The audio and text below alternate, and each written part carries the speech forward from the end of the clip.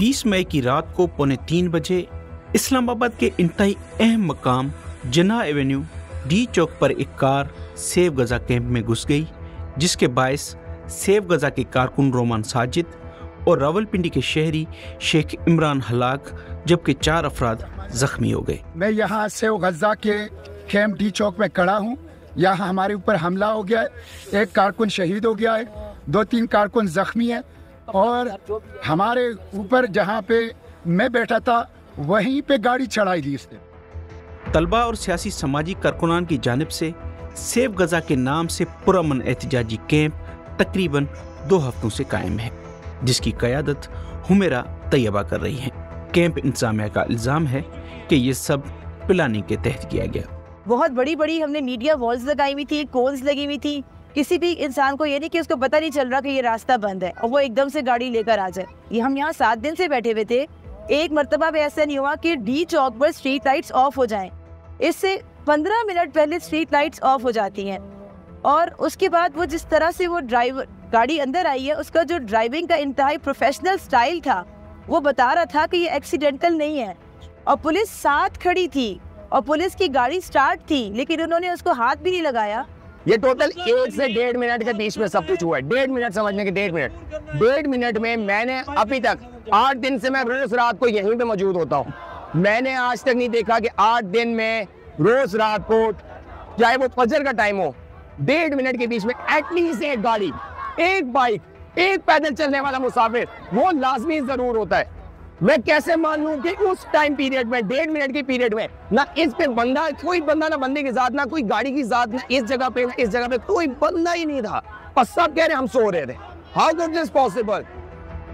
Police ने मुतासरीन की फरियाद लेने के बजाय अपनी तरफ से वाक़े की FIR थाना कोहिसार पर बिलाल फैसल नामी शख्स के खिलाफ दर्ज कर ली, जो कि पाक फौज में लेफ्टिनेंट है। इस्लामाबाद पुलिस ने उनकी गाड़ी नंबर AUV 385 भी तहवील में ले ली, लेकिन बाद में मुलजिम को मिलिट्री पुलिस के हवाले कर दिया। और FIR दर्ज करके जो है हमने उसमें गाड़ी भी रिकवर की और इवन तमाम हमने शेयर भी किया तमाम के साथ। और जो वहाँ पर उसका जो लीगल प्रोसीजर था, क्योंकि वो एक आर्म्ड फोर्सेस का ऑफिसर था, तो जो लीगल प्रोसीजर मुकम्मल करते हुए उसकी प्रोविजन है हमारे पास तमाम लॉ में, और लॉ में उस प्रोविजन को मुकम्मल करते हुए हमने वो हैंड ओवर किया, क्योंकि कोर्ट मार्शल और बाकी चीज़ें वहाँ पर होती हैं।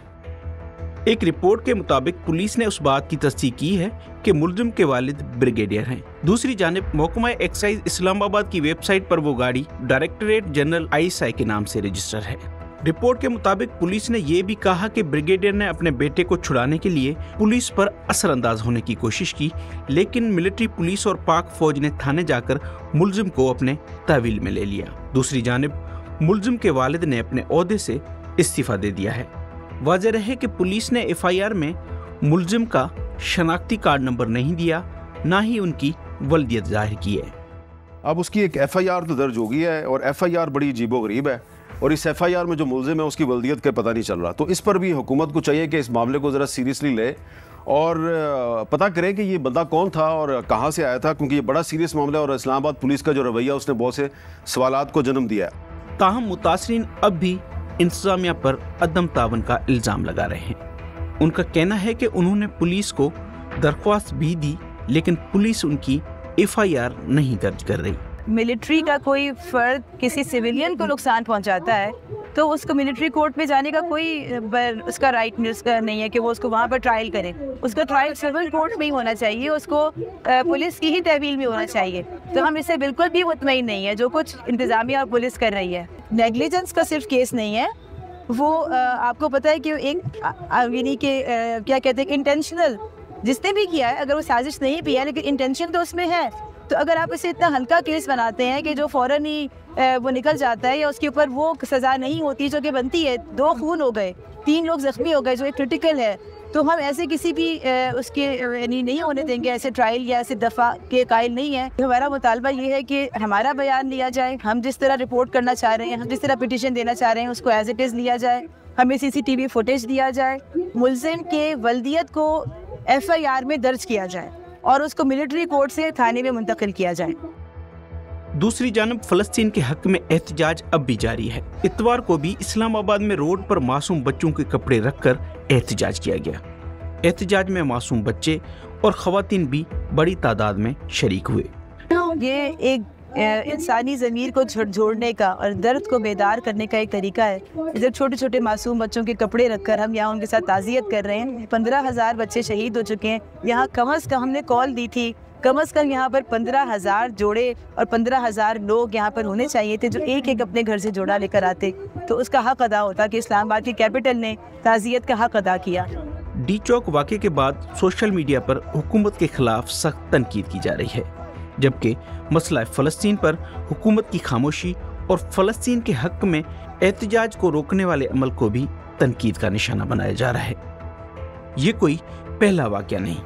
हाल ही में 10 मई को इस्लामाबाद पुलिस ने मुजाहिरीन को न सिर्फ अमेरिकी सफारत खाने के बाहर एहतजाज करने से रोक दिया, बल्कि उनके ऊपर तशद्दुद भी किया, जबकि साबिक सेनेटर मुश्ताक अहमद और हुमेरा तैयबा समेत तकरीबन 500 अफराद के खिलाफ थाना सेक्रेटरीट पर मुकदमा दर्ज किया गया। 14 अक्टूबर 2023 को इस्लामाबाद में पुलिस ने फ़लस्तीन के हक में एहतजाज करने वाले दर्जनों पीटीआई कारकुनान को गिरफ्तार कर लिया, जबकि रवां बरस फरवरी में कज़ाफी स्टेडियम में होने वाले PSL में शिरका को फ़लस्तीन के परचम ले जाने से रोका गया। हुकूमत पाकिस्तान मसला फ़लस्तीन पर महज बयानात के अलावा अभी तक कुछ भी नहीं कर पाई।